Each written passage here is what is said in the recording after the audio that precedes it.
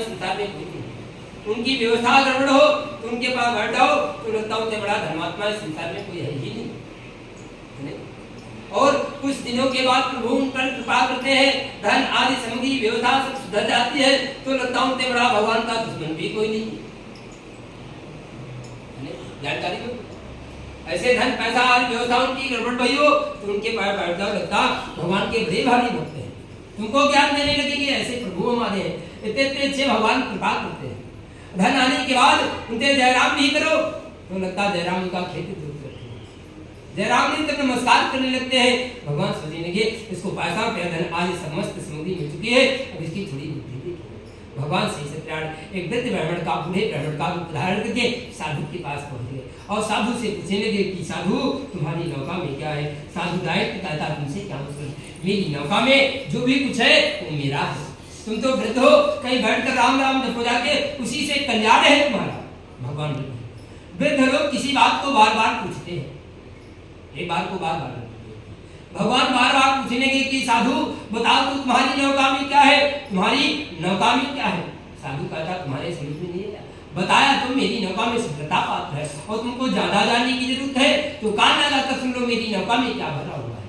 साधु देखो क्या कहता है, मेरी नौका में हड़ बहड़ा गुलर वनस्पति बच्छनाग बाबरी भीड़क तेज पारा है, मुस्की मुठेली मागी मिर्च माजूम फल केसर कपूर काजू कशनी छुआरा पीपा पीपरा मूल औला अजवाइन आलू बुखारा चंदन तेज पत्ता धनिया सौंफ इलायची चंदन सुचारू चीनी इलायची लौंग लोहाबान सोडा खारा है, तेज पत्ता धनिया काली मिर्च हींग हल्दी आदि गरम मसाला है, सालिम सुपारी सुरती सहर बनारस की कथा कानपुर का सिद्धकर्णी का काला है, जवाखर जारमा जापत्री जाफरान सिंधिया सुहागा सोठा अमृताल आला है, सहद सफेदा सिंह सांभर सिंधा गदी का गोला बड़ा कलकत्ता वाला है। राजा से ये समझ मिला होगा, राजा से नहीं मिला होगा। अब बताओ भगवान क्या कहे, भगवान किसी को श्राप नहीं देते, ये याद रखना।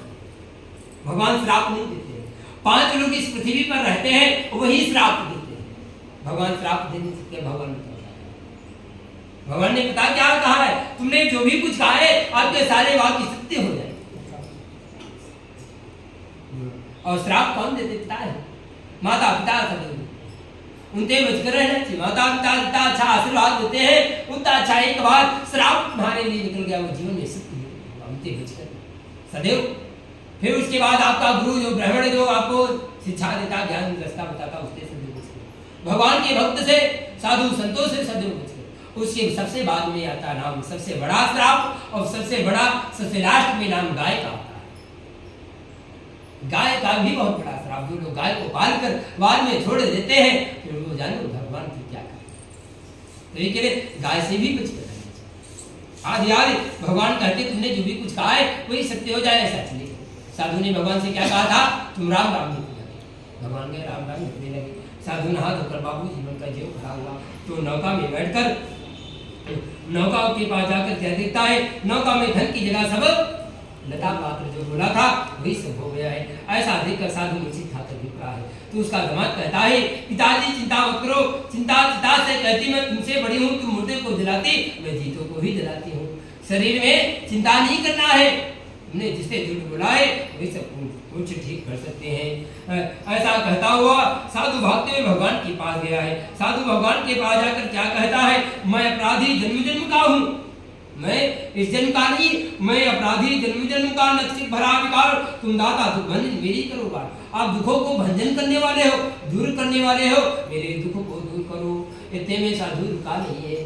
साधु और स्तुति करता क्या कहता पता है, नारद सुख व्यास मुनि स्वामी तर को पार पावे।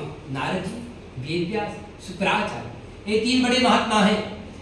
कौन कौन, नारद, वेद व्यास और शुक्राचार्य। ये तीनों आज तक तुम्हारे गुण को, रूप को, कथा को, भजन को नहीं जान पाए, वो सदैव आपकी कथा में भक्ति में लीन रहते हैं। ये तीनों नहीं जान पाए। जाए अनादि अनंत अवेद सुवेद अछेद निरंतर गावे, ये सदैव आपका गुणगान करते हैं। निर्गुण पे गुणधारी प्रभु जग में नित्य आकार खेल रचावे मूर्ख तथा अनजान अहो हम जान कहाँ तुम्हारा गुण पार, तुम्हारा गुण कहाँ जाता है तो अनजान। जैसे इस तरह से कहा तो भगवान प्रेमी, भगवान भक्त से नहीं, भगवान तुरंत कहते हैं साधु मेरी बात को ध्यान से सुनो। धन का घमंड मन से दूर करो, धन का घमंड मन से दूर करो। दौलत खजाना सभी रह जाना है। अल्पकाल जीवन पर राम पर ध्यान धरो, आए जहाँ से वहीं पे फिर जाना है। लड़ाई झगड़े का कोई काम नहीं, कहे को किसी से बात बढ़ाना नहीं। लाखन में एक बात बता रहा हूँ, काहू को सतामत, अंत में मर जाना है। धन दौलत पैसा रुपया ताकत रंग रूप कुछ साथ में लेके जाना है, लेके जाना है नहीं। हम तो कहते हैं आदमी सब लेकर जाता है, आदमी सब लेकर जाता है। जो इस पृथ्वी पर जीवन में जितना भी करता है सब लेकर जाता है। मरने पे जो लोग देखने आते हैं वो तुम्हारे हमदर्द नहीं है। तुम उनके साथ जैसा व्यवहार किया हो वो तुमको देने आए मुर्दा देखने के लिए। उसके बाद बगल में जाकर बताओ क्या करते हो, कभी सोचा उस विचार के लिए? खड़े होकर तुरंत क्या है तुम्हारे साथ वो जैसा करता आदमी ठीक, किसी को लोग कहते ठीक आदमी, किसी को कहते ठीक रहा कहते थे। और पढ़े उसी में, और खासकर ये भी एक संतान की शक्ति है जिसको उसके मुंह पे कहते ठीक रहा मर गए, बगल में जाकर कहते बड़ा अच्छा आदमी था, और उसको नरक में ढकेल देते हैं जाकर मरने पे। ठीक आने को कभी गड़बड़ नहीं कहा जाता। आदमी कहता है ये ठीक आदमी था, किसी को गलत नहीं किया। एक आदमी पापी हो, मोहल्ले भरे को शराब पीकर गाली देता हो, सारे पाप करता हो, घर में परिवार में परेशान कर रखा हो, मर जाता तो का गावल ताक बाबा। तभी के लिए जीवन में तुम जो करोगे सब लेकर जाना है, तुम्हारे यही कर्म है। बड़ी देर तक भगवान ने समझाया सा धन दौलत जेब के 10 का सिक्का भी रखा होगा वो भी निकाल लिया जाएगा। जिसके लिए तुम झूठ बोलोगे, जिसके लिए तुम पाप करोगे, जीवन खपा दोगे, कुछ जाने वाला नहीं है और सब कुछ लेके जाना है। भगवान ने बड़ी देर तक साधु को समझाया, साधु के समझ में आ गई। साधु लौट कर नौका पर आकर देखता है नौका धन आदि पैसा रुपया से परिपूर्ण हो गई नौका। साधु ने तुरंत उसी समय भगवान की कथा को करता है, भगवान की कथा करके नौका में बैठकर चल दिया। जब अपने नगर के समीप पहुंच गया, नौका के समीप पहुंच गया तो नौका को रोककर नहाने लगा। कलावती लीलावती दोनों ने भगवान से यही वादा किया था, जब मेरे पति दमाद भगवान के तमया की कथा। दोनों ने भगवान की बड़े भाव से, भगवान का प्रेम से भगवान की कथा को करते हैं। भगवान की कथा की, भगवान की कथा करने के बाद कलावती लीलावती कथा करने के बाद लीलावती अपने पति के दर्शन करने के लिए चली गई। कलावती कन्या भगवान के प्रसाद को त्याग कर छोड़कर अपने पति के पास गई। प्रसाद को त्यागने के कारण भगवान रुष्ट हो गए। जिससे भगवान रुष्ट होंगे उससे कोई सुखी रहने वाला है संसार में? कलावती कन्या प्रसाद को छोड़कर त्याग कर वहां पर गई। वहां पर जाकर पता क्या देखती है, उसका पति नौका के से जल में अंतर।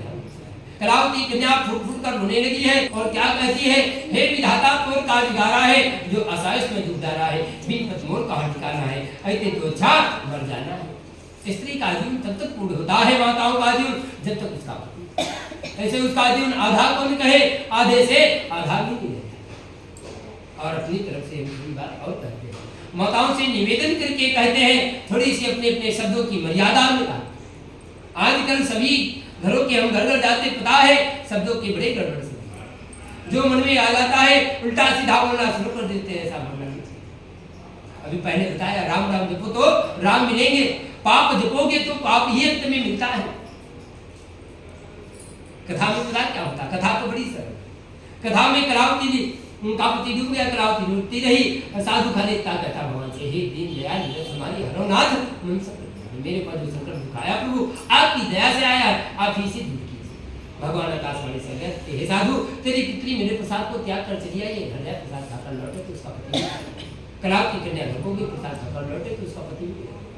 कथा हो गई थी, सबको पता है।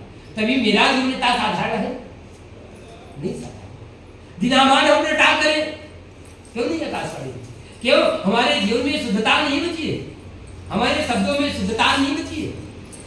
निवेदन करके कहते हैं माताओं से अपने शब्दों की थोड़ी शुद्धता। हम ये नहीं कहते सभी पति देवता हो, पति भी दुष्ट राक्षस प्रवृत्ति का है तो भगवान को अपना पति स्वीकार कर लो। भगवान को पति स्वीकार कर लो, वो भगवान पता किसके पति है, लक्ष्मी पति है तो तुमको स्वीकार नहीं करेंगे, तुम्हारे पति को ठीक करेंगे। बेटा दुष्ट है तो बेटा को भगवान मान लो, लड्डू गोपाल हमारे बेटा है तुम नहीं, तो तुम्हारे बेटे को ठीक कर देंगे भगवान। भगवान यशोदानंद ने तुमको नहीं स्वीकार, इसलिए अपने मुख से अपने शब्दों से श्राप मत दो क्यों? तुम लोग देवी को जन्म देती तो क्या कहा जाता? देवी घर में आई है, जहाँ शादी होती वहाँ लक्ष्मी दिखी है। तो ये लिए सदैव शब्दों की बड़ी मर्यादा है जीवन में। श्री सत्य भगवान की साधु धर्मा जब तक इस संसार में रहा तब तक भगवान की कथा करते हुए अंत में सतुरी वैकुंठ को चला गया। श्री सत्य महाराज की।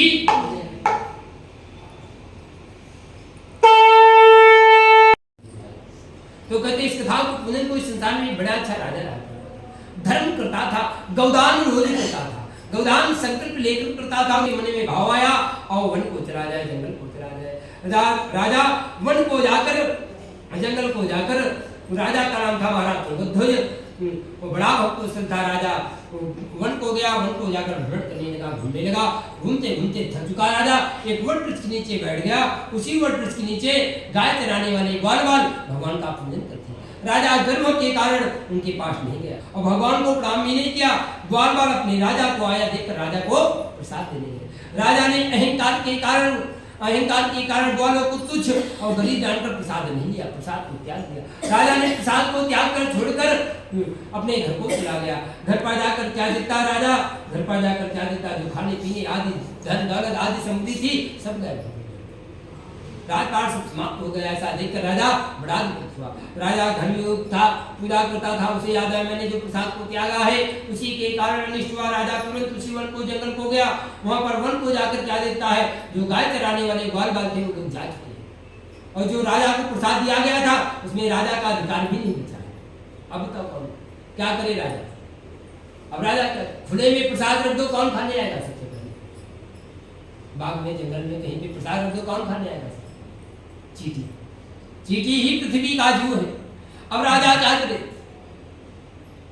प्रसाद का एक नियम है, मांग लेना चाहिए, विनती विनय भाव आदि प्रकट कर लेना चाहिए, छीनना नहीं चाहिए। अब राजा क्या करे? चींटी प्रसाद खा रही, नया प्रसाद नहीं दे सकता। राजा भगवान की बड़ी देर तक भगवान का पूजन व्रत करता रहा, कोई लाभ नहीं मिला है। अब राजा भगवान की पूजा रोककर पता किसकी पूजा करता है? चींटी की पूजा करता है। जैसे भगवान का ध्यान करके चींटी की पूजा करता है तो भगवंत श्री सत्यनारायण एक चींटी का रूप धारण करके राजा को प्रसाद देंगे। चींटी कितना प्रसाद देती है? कितना? राजा ने चींटी से प्रसाद लिया, भगवान को प्रणाम किया, ग्वालवालों को प्रणाम करके और प्रसाद को प्रणाम किया। सबको प्रणाम करके राजा प्रसाद को लौट कर अपने घर पर आकर क्या देता है? रात का धन पुत्र वैभव आदि सब कुछ मिल गया। अब बताओ चींटी ने क्या दिया? चींटी ने क्या दिया था? प्रसाद। हम तो अपने शब्दों में कहते हैं कथा मत सुनो, हमारा मानना है कथा मत सुनो, मंत्र मत पढ़ो, हवन अभियान मत करो, कहीं प्रसाद बट रहा हो प्रसाद जरूर ले लेना, सब मिल जाएगा। पता है मंत्र अभी किसके सामने पढ़ेगा? प्रसाद एक देवता होता है, किसके सामने? प्रसाद के सामने। कथा हो रही, हवन हो रही, आरती हो रही, किसके सामने होगी? सब प्रसाद। अंत में क्या मिलेगा तुमको? पूरी कथा मिल गई। तभी के लिए जीवन में प्रसाद को मत त्यागना, सब छूट जाए। और राजा जब तक इस संसार में रहा तो भगवान की पूजा करते हुए अंत में सतुरी वैकुंठ धाम को चला गया। और गज को जानते हाथी को जाए किताब डाला उसको डरता किसने है? वो इस जीवन की एक चींटी गज को गिरा सकती तो इस जीवन की शरीर की कोई गारंटी है? तो सदैव प्रभु का बन के रहो, भगवान की कथा का बन के रहो, भगवान का भजन करते बन के रहो। अपना नहीं है, भगवान का बन के रहो। जब तक इस संसार में रहना है तब तक भगवान की कथा के, भगवान के पूजन में, भक्ति में रम जाओ। जो कुछ तरह से भगवान की कथा को पूजन को करेगा और अंत में क्षत्रिय वैकुंठ धाम को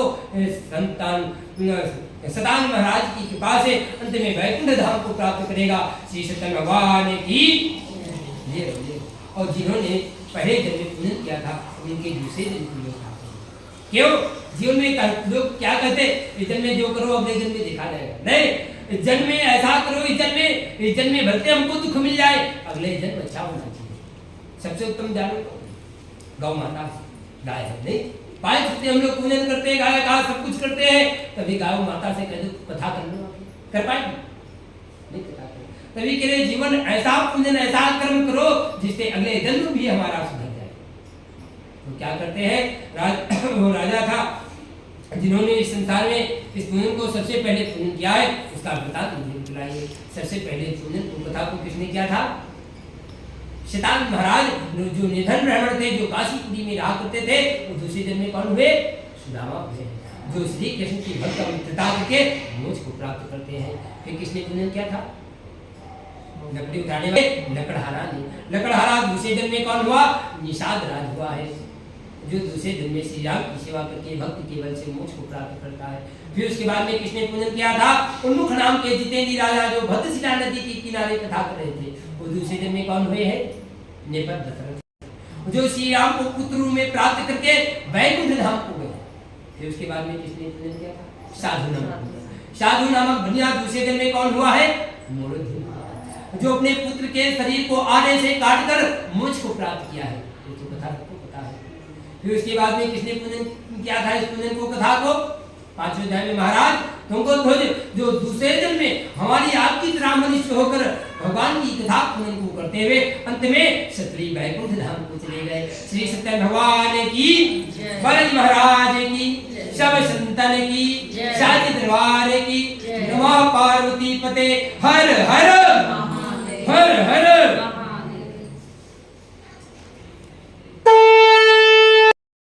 आगे देखो जगह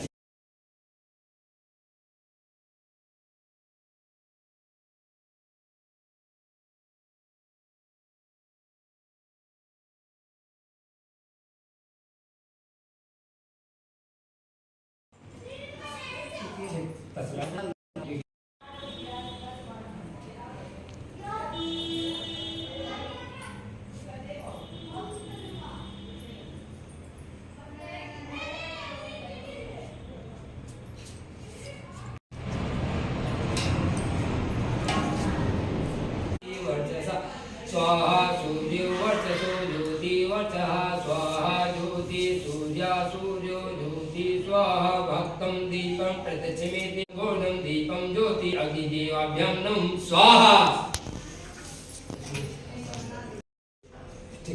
पांचवती ओम प्रणय स्वाहा।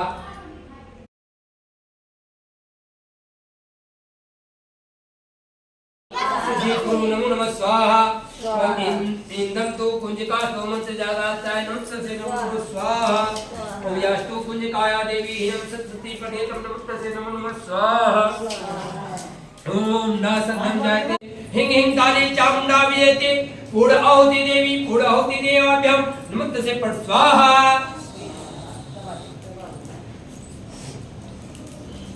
स्वाहा ये बचाओ उठाने को पता है ऐसे वो पता है जो दोनों हाथ से नीचे और जो ओम ह्रदं ह्रदं निमेषमि ये घृतधामा अनुष्ठधामा मदस्तं स्वाघृतं समर्पयामि।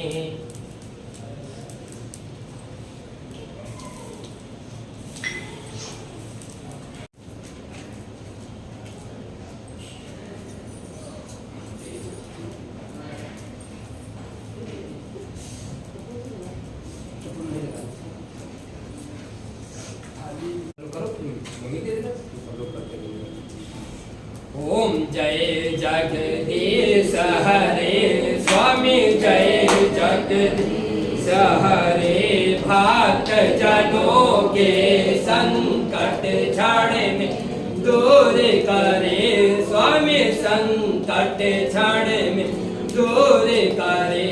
ओम जय जग